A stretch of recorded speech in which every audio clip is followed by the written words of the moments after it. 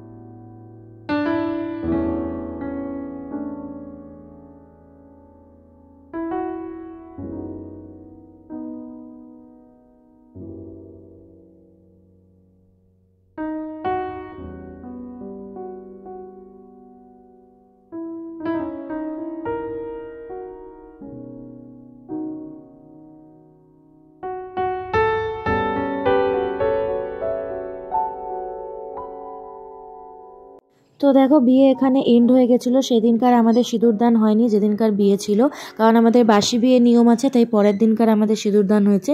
তো সেটাও আমি এখানেই অ্যাড করে দিয়েছি, তোমরা দেখতে থেকো।